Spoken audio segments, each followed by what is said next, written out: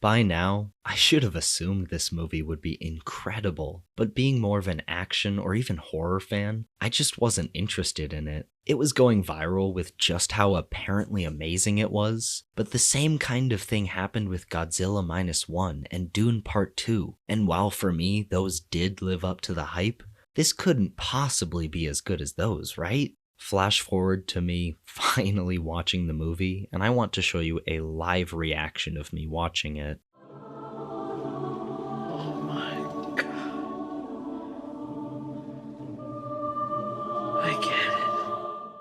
Welcome to Sandwich Reviews. I'm the Talking Sentient Sandwich, and I'm sorry for taking this long to review Challengers. While I'd always rather go for one of the action movies I mentioned before, this is the kind of film that everyone needs to see. Not that it'll change your life or give you a new perspective to ponder about or anything, but it's the kind of narrative that sinks its claws into you and won't let go, only gripping tighter throughout its runtime. And making it even easier to get invested in the movie, every actor absolutely kills it when it comes to their performances. Zendaya is a standout, but both Mike Faist and Josh O'Connor are amazing as well. There's a lot of bouncing around in the narrative, maybe too much, but I think that only allowed the film to intrigue me more. The best thing that the movie had to offer was its editing. Everything from how long a shot would last to where the camera was placed was always chosen to invest the viewer further into the characters' motivations and their actions. I doubt the story would work as well chronologically, but it was the editing that really kept me glued to the screen.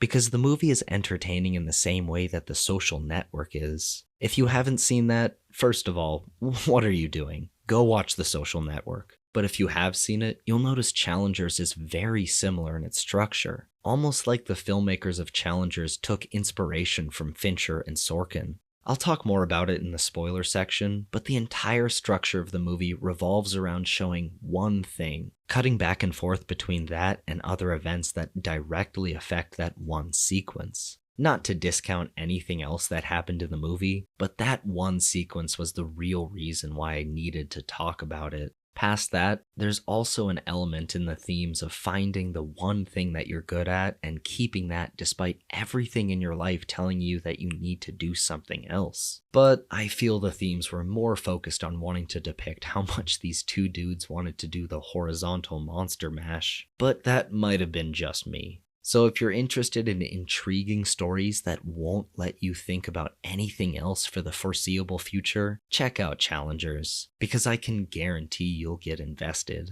And with that said, let's dive into some spoilers, because there's so much I need to talk about. First off, I wanted to discuss just how much the cinematography really wanted the two dudes to kiss. The trailer definitely hints at that fact, but I wanted to wait to bring this up in the spoiler section simply because this is the main crux of the film. Eating bananas or churros right in front of each other, sometimes taking a bite from the others. Someone in the production design and someone behind the camera really pushed that idea. That was a main theme that I figured would be in the movie, but didn't think about how it would be a takeaway, because every scene was only there to back up those two characters' relationship. Even Zendaya, who had development and a complete arc with her character, is kind of there just to get in between the two main leads. And she may even point out that she was a homewrecker, but there is a whole lot more when it comes to her. I've already mentioned how fantastic the cinematography and editing was, but as I was watching the movie, I had the thought that there might be too many cuts back and forth in time.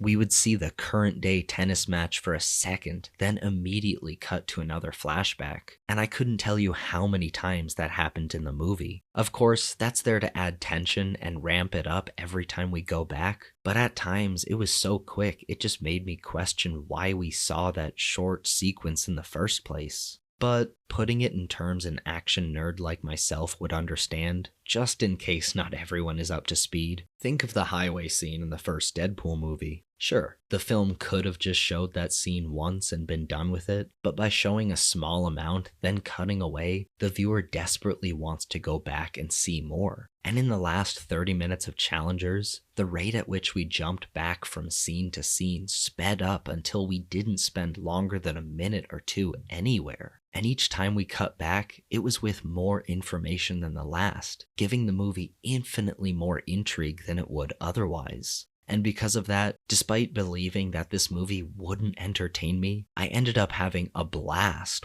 But before I conclude, I want to bring up one last thing about the movie, because early on, the writers introduced this very important signal between the two main characters. And in the final moments of the film, I was waiting for that, and sure enough, they did it. And somehow, in my mind, by the last shot of the movie, the two main characters reconciled. And I felt every emotion they felt deep in my bones. Somehow, this movie taught me that tennis is love, and I can't wait to feel a deep warmth within my heart as I absolutely whiff every swing next time I play. If you want to feel that just like me, go out and watch Challengers. As always, thanks for watching. Make sure to leave a like, subscribe for weekly videos and reviews, and enjoy a delicious sandwich.